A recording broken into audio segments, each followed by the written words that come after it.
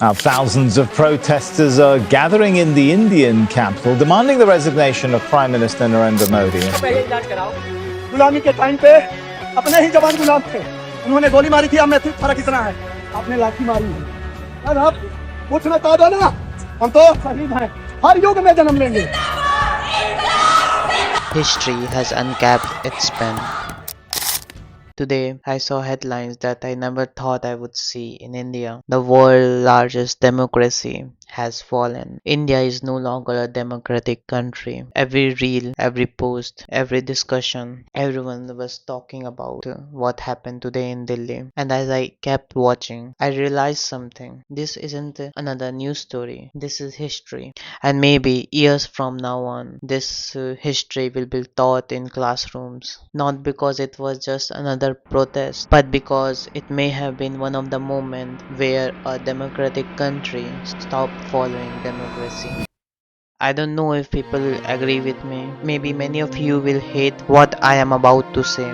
Maybe many of you call me anti-national. Maybe you stop watching this video. But I have to say it because if I don't say what I truly think, then I'm lying to myself and I don't want to do that. I believe India is no longer functioning as a democracy. Not in spirit, not anymore. Maybe on paper, maybe in our constitution, maybe in our textbooks. But if you cannot peacefully protest, do you think it is a democratic country? You tell me, do you think this is a democratic country? Do you think this is how a democratic country should work? If you cannot question a government without fear, if your voice can simply be ignored, then what exactly is democracy? What remains beside the word itself? It has no meaning then. Take our honorable Prime Minister for example.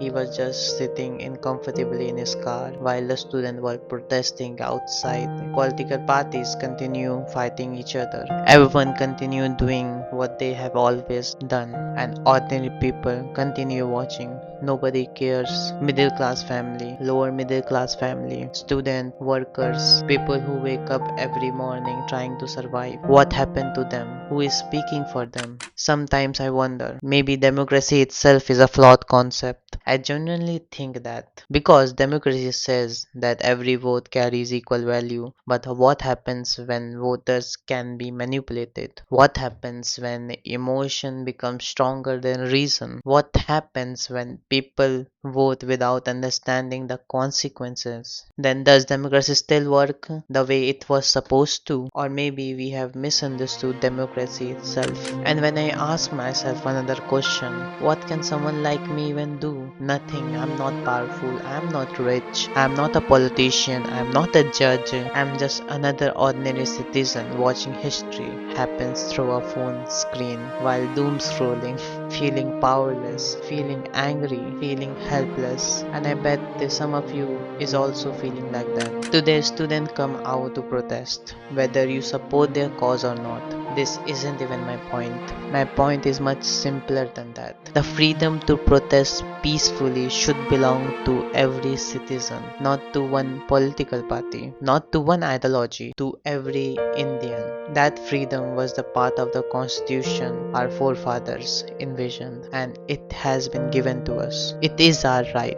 But today, I watch clips of students being beaten, I watch people dragged away, I watch voices being silenced, and what shocked me even more was the silence that followed. Parliament was in session. Even if someone wanted to speak for the students, they get silenced and the parliament get adjourned for the day. That was the thing that truly gets to me. I mean, and the people who say that it doesn't matter, it's not a big issue, I don't have any words for them. I mean, I don't want to say anything to them. How can they behave like as if nothing has happened in this country, as if everything is fine?